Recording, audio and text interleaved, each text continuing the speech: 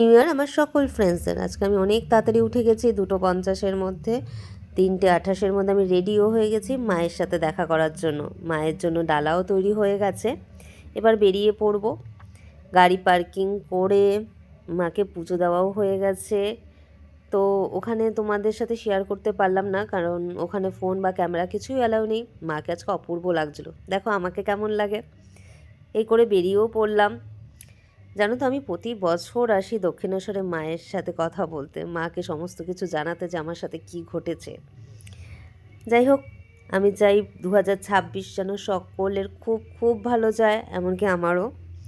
তো তোমরা খুব ভালো করে এনজয় করো নিউ ইয়ারটাকে, আর আমি চাই তোমাদের পুরো বছরটা যেন এরম আনন্দেই কাটুক।